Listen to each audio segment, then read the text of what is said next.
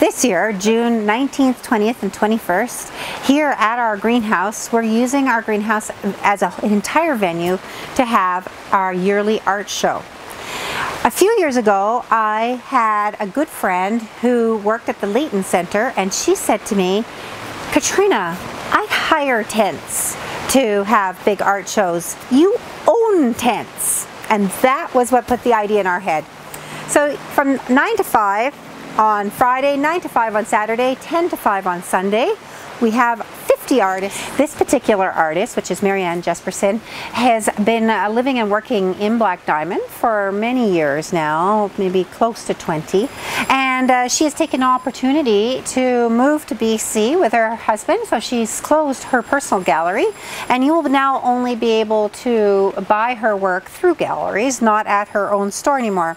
She does oil, but she also does unusual concrete, stepping stones, different types of Buddhas.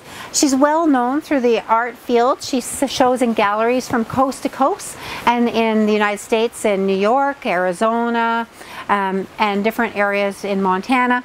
She is very well known. It's a very sad thing today to know that Marianne won't be in the Black Diamond community anymore. But you will always find her work at my show because she is a big part of helping us organize it. She's one of my people who juror the art for me. Oil, pen and ink, pottery, glass of different types, fabric, wood, you name it, across the board, we will be able to find something here for you. Come with me and I'll give you a tour of my private garden. Well, to begin with, this garden was first developed by Anne Vale, and she came here in the mid-60s.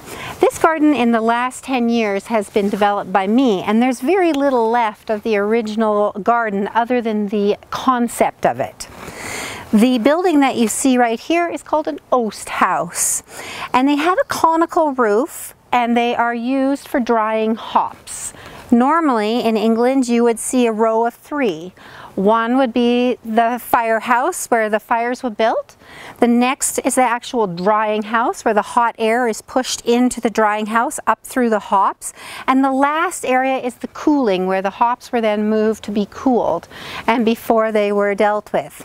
This is just a little garden feature. On the door you will see how high the flood came and how high the flood mud actually came on the door. This garden was completely decimated by the flood in 2013, and the mud was probably this high. This garden has recovered remarkably well. For the past 10 to 15 years, I've done nothing in this garden but rip out, change, move, and recreate modern looking plantings in a very, very contemporary setting. These gardens that you see around me and beside me are all herbaceous borders. Herbaceous borders are built of perennials that die to the ground each year, and they burst forward again after in the springtime. Herbaceous borders are all perennials that in the lowest ones bloom first, and they build up to the tallest ones bloom latest in the year.